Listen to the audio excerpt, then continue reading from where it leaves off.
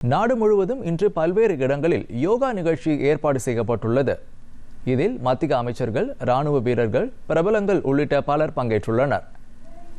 இந்தியாவின் பாரம்பரிய கலையான யோகாவை அங்கீகரிக்க வேண்டும் என்று பிரதமர் நரேந்திர மோடி விடுத்த கோரிக்கையை ஏற்று கடந்த 2014ஆம் ஆண்டு ஜூன் 21ஆம் தேதியை சர்வதேச யோகா தினமாக ஐநா அங்கீகரித்தது. இதன் அடிப்படையில் ஆண்டுதோறும் ஜூன் 21ஆம் தேதி யோகா தினம் கொண்டாடப்பட்டு வருகிறது. அந்த வகையில் 11வது சர்வதேச யோகா தினம் இன்று கடைபிடிக்கப்படுகிறது. இதையொட்டி தில்லியில் நடைபெற்ற யோகாசன நிகழ்ச்சியில் மத்திய சுகாதாரத்துறை அமைச்சர் JP நட்டா யோகாசனம் செய்தார்.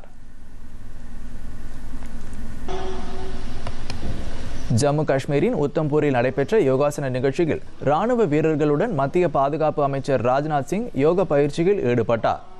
அவருடன் ராணுவ தளபதி உபேந்திர திவேதியும் யோகாசனம் செய்தார். தில்லியில் நடைபெற்ற யோகாசன நிகழ்ச்சியில் உலக நாடுகளின் தூதரக பிரதிநிதிகளுடன் வெளியுறவு அமைச்சர் ஜெய்சங்கர் யோக பயிற்சியில் ஈடுபட்டார். ஜம்மு காஷ்மீர் லடாக்கில் உள்ள லே மாளிகையில் நடைபெற்ற யோகாசன நிகழ்ச்சியில் மத்திய சட்ட அமைச்சர் அர்ஜுன் ராம் மேக்வால் கலந்து கொண்டு ஆர்வத்தோடு யோக பயிற்சியில் ஈடுபட்டார்.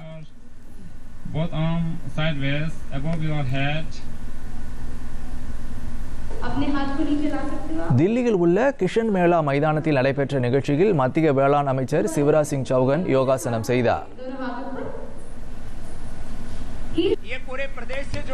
ஹரியானா மாநிலம் குருஷேத்ராவில் நடைபெற்ற யோகாசன நிகழ்ச்சியில் அம்மாநில ஆளுநர் பண்டாரு தத்தாத்ரேயா, முதலமைச்சர் நயப் சிங் சைனி ஆகியோர் யோகா குரு பாபா ராம்தேவ் வழிகாட்டுதலின்படி யோகாசனத்தில் ஈடுபட்டனர்.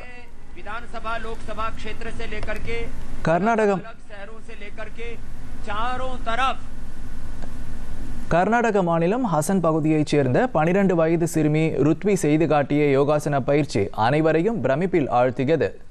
இவர் புக் ஆஃப் வேர்ல்ட் ரெக்கார்ட்ஸ் புத்தகத்தில் இடம்பெற்றுள்ளார்.